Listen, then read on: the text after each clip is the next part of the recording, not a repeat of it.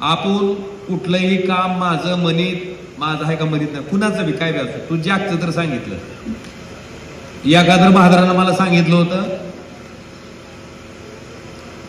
म्हणला दादा माझी बायकोच नांदायला येईना. का बाबा म्हणलं, तुम्ही बोला म्हणला माझ्या मंडळीला, तुमचं ऐकल म्हणला, तुमचं ऐकलं तर माझा संसार बसेल म्हणला, प्रपंच चालल. तिनं लगेच नंबर पाठवला नाही तर वरत तर 5 मिनिटांना अजून मला मेसेज बॉल लाव का म्हणलं गडी पेटलेला आहे. लावला फोन मालकिनीला त्यांच्या, म्हणलं ताई असं तुमच्या घरच्याचा फोन आलता म्हणलं, आणि तुम्ही आज का करायला म्हणलं, का नांदा नाव दादा तसलं सांगू ना म्हणलं, ही दारूच पेतय म्हणली रोज, कसं नांदू म्हणले ह्याच्यासोबत, मलाच जगणं मुश्किल झालंय, कसं नांदू. मग आता काय करायचं म्हणलं, त्यानं दारू सोडू द्या, 6 महिने दारू सोडली तर मी नांदायला.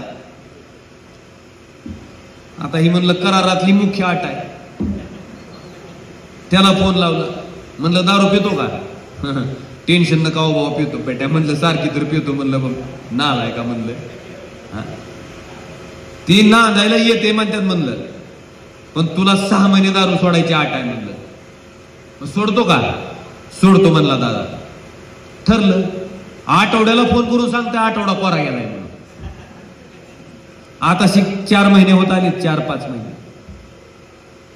सांगायचं तात्पर्य काय की त्या माणसासाठी सुद्धा मी माझ्या आयुष्यातले 5 मिनिटं 10 मिनिटं दिले का. अरे चला, त्याच्या आपल्या फोननं एखाद्याचं घर बसत असेल, प्रपंच करत असेल तर काय हरकत आहे, एखाद्याची दारू सुटत असेल तर काय हरकत आहे. 5-10 मिनिटं आपले कुठं जात नाहीत, तिथं दिले. जर उद्या ती प्रपंच चालला तर ती नवरा बायको, त्याच्या घरातली लेकरं, त्याचा जे आशीर्वाद मला मिळणार आहे, मला वाटतं कुठल्याही मोठ्या कामातून मिळणार